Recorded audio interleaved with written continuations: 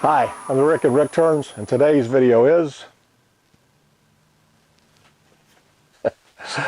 Hello, I'm Rick Morris, and this is the Rick Turns channel.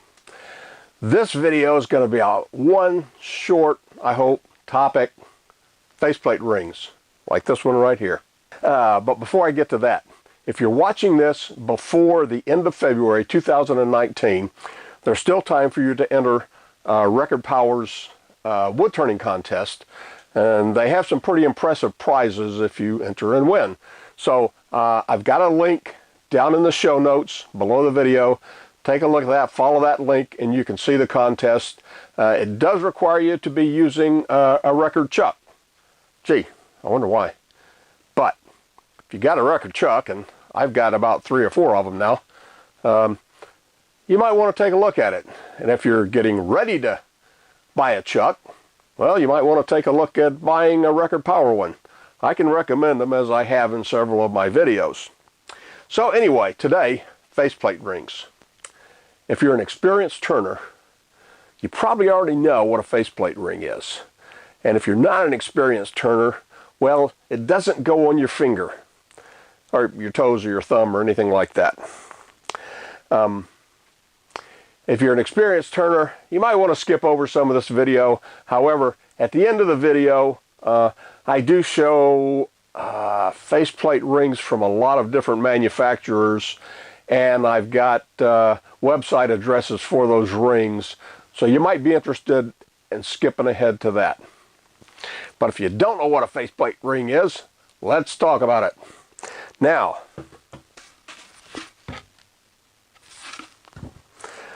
this is a faceplate.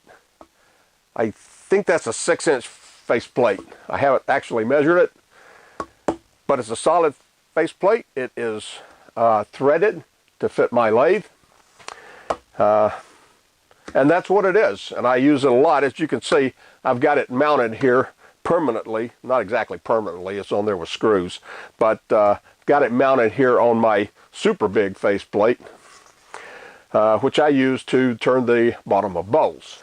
This is a faceplate ring, and I think you can probably guess why they call it a ring.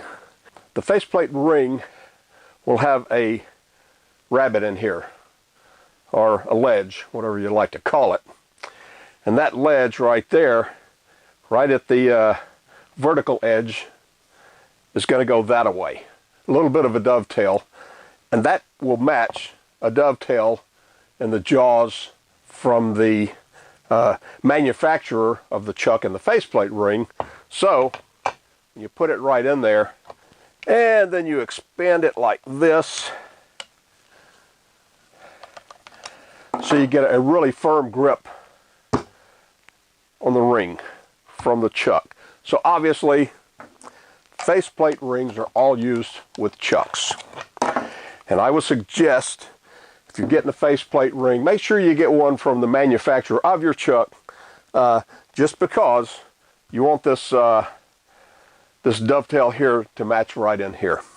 This particular faceplate ring is from Record Power. As I showed you earlier. And the cool thing about the faceplate, about the Record Power chuck, both the SC4 and the SC3, is that it comes with a small faceplate ring. This is their 3.5-inch faceplate ring, and that is measured across the outside diameter.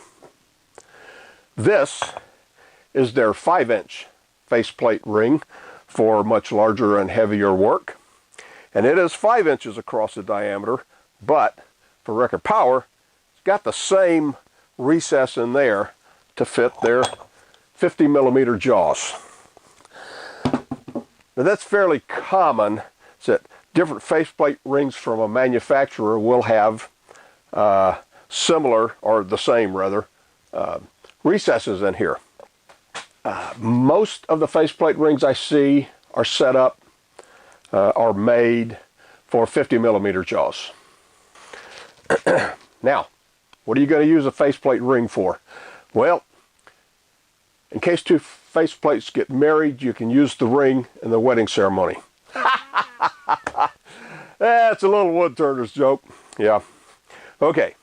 you would use a faceplate ring anywhere you would use a faceplate. For me, that's on bowl blanks, particularly when I've got a big heavy bowl blank. For a smaller one like this piece of wood here, I would normally just use a woodworm screw. But I didn't have a large piece of wood to demonstrate on today, so I'm using faceplate ring right here, and it'll give you a really solid attachment. You might also want to use a faceplate ring on making an even bigger faceplate. If you've got a spare ring around, that's what I use this one for. I put it on this big piece of plywood that I made into a large faceplate for finishing the bottom of the bowls. Push a tailstock up against the bowl with the face of the bowl right here, and I've got a pretty good way of finishing up the bottom of the bowl. Another place you might want to use a faceplate would be if you're making wood blocks, glue blocks to put on your headstock. Attach the faceplate ring to the back of the block with screws, leave the block on there, and you've got a very nice glue block. When it's too small to use anymore, just unscrew the faceplate ring and put it on another block of wood. That's maybe a little easier than pre-turning your glue block to have a tenon that will fit into your chuck, but maybe not a lot. Now, the faceplate rings actually outperform, shall we say, faceplates. And the answer is probably not. I find them more convenient, but faceplates are by themselves are not necessarily inconvenient. Both the faceplate and the ring are going to attach to the wood, the workpiece here, with screws back in here. And incidentally, you should use sheet metal screws, or in this case I'm using cabinet screws, which I hope are strong enough, but you should not use decking screws or drywall screws because they don't have a whole lot of shear strength. And that's where you're right down like that, that's where your stress is going to come on the faceplate screws. Now, one minor advantage that the faceplate ring has, it's going to be generally lighter than the faceplate because it doesn't have the big heavy nut to mount onto the headstock spindle. But once again, minor consideration. The one thing that they do have over faceplates is it's easier to get a big chunk of wood onto a chuck when you're using the faceplate ring. If you're using a faceplate, you've got to hold that big chunk of wood up and then twist the whole thing on and make sure you get it threaded right.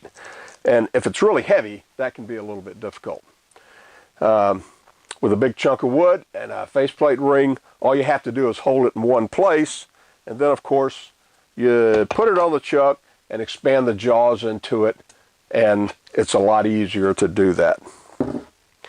Another consideration is you might not, or I could not, find a faceplate ring as large as the largest faceplate I could find. The faceplate rings I've seen range from about 2 inches up to 5 inches. This one's 3.5, this one is 5. Both of those are record power rings. I did find one faceplate, and I think it was from One Way, that was 8 inches in diameter. All the other faceplates I found went from 2 inches to 3 inches to 4 inches to 6 inches, which the faceplate rings of 3.5 to 5 or whatever mimic fairly well. So you may be able to find a really big faceplate if that's what you want. I once had an 8-inch faceplate. It was quite a while ago. It was made out of cast iron. I don't have it anymore because it busted on me when I got a catch in a very large, heavy chunk of wood I was roughing out. Broke it right across the neck. Not good. Today, every faceplate ring that I've looked at is made out of steel, and I don't think you're going to get any breakage like that. So is a faceplate ring going to be any stronger than a faceplate? Well, as I mentioned, if it's a cast iron faceplate, I would have no hesitation in saying, yeah, the faceplate ring is going to be stronger than a cast iron one. But you don't want to test that by trying to rough out a great big heavy piece of wood and break it that way, because it doesn't have good results. But as I mentioned, all the faceplate rings and faceplates I've seen lately, and I looked all over the web getting ready for this video, they're all made out of steel. And that's going to give you a real good, strong faceplate, or faceplate attachment. Anyway, are the steel faceplate rings as strong as the steel faceplates? Strictly speaking, probably not, because the faceplate ring, you've got a two-part hold. This one going into this one and tightening it up.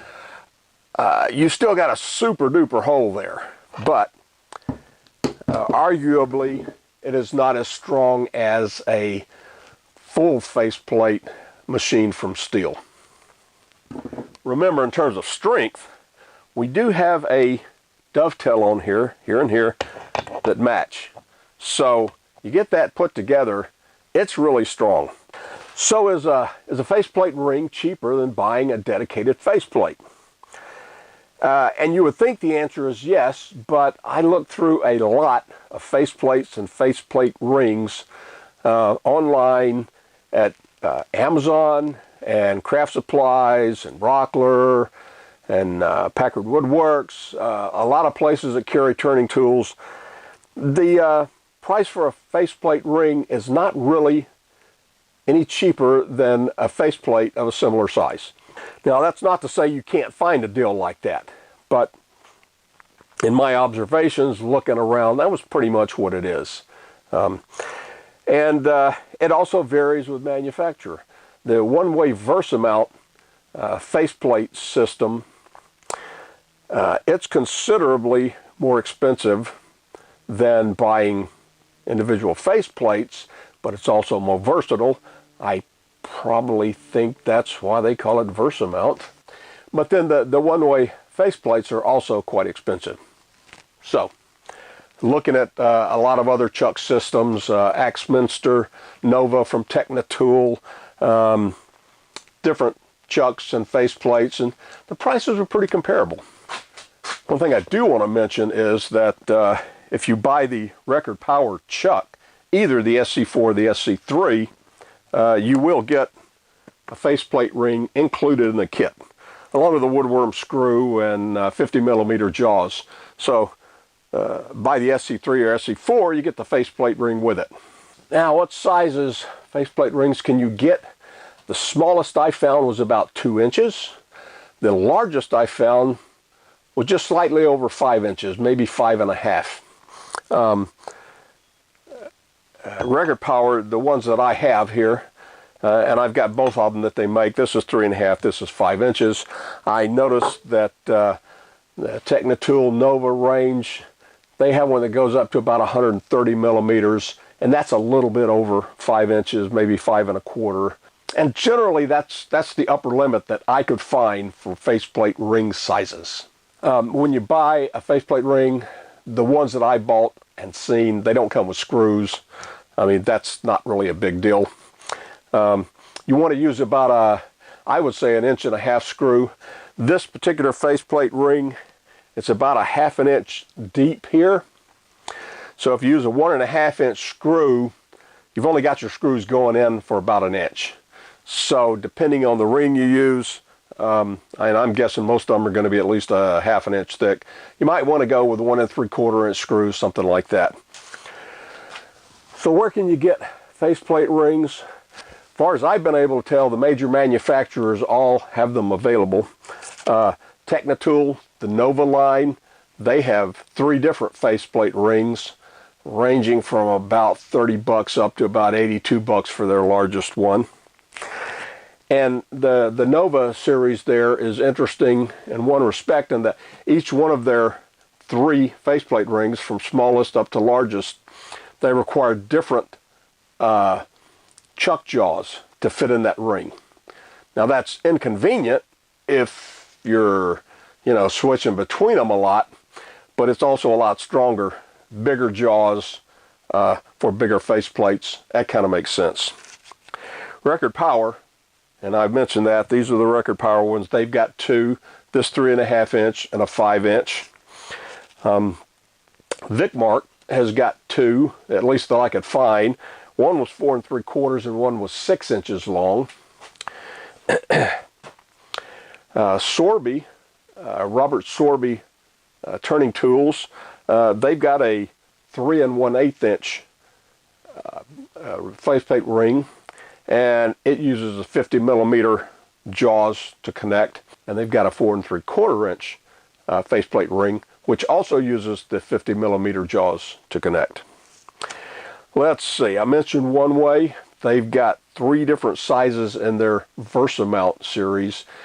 They're the most expensive because you have to buy the VersaMount adapter first, and then you mount each one of the different faceplate rings onto the adapter. And they've got 4 inch, a 5 inch, and a 6 inch ring. Axminster, I believe, has 1 faceplate ring. I couldn't find good information on that. Maybe I didn't look hard enough, but because when I looked at the 1 ring, then they had a drop-down menu that says for A series chuck jaws, for B series chuck jaws, for C series chuck jaws, and for F series chuck jaws. Okay, so I stopped at that point. I didn't want to look up what all of those were. But they have at least 1, and then maybe they have some other ones of different sizes. Charnwood is another chuck manufacturer. Charnwood has got some 1 or more faceplate rings. I looked those up and I can't remember what they said. And incidentally, all of these things I'm talking about, all the different products from manufacturers, there are links to them in the show notes below the video. Finally, should you make a homemade faceplate ring? Okay, to me that sounds crazy. But somebody did it, and he gets good use out of them. He's not putting them under the same kind of stress as you would with a huge bold blank, I think. But if you take a look down in the video notes again, the show notes, I've got a link down there to this individual who makes his own faceplate rings out of plywood. So, don't think I'd do that myself. Too much work. And the faceplate rings, well, they'll range from about 17 bucks, that's Axminster, all the way up to 80 in one case, which is the largest one from Technitool. With most of them hitting around $25 to $29. That is all I've got to say about faceplate rings, and this has definitely run longer than I expected, so see you next video.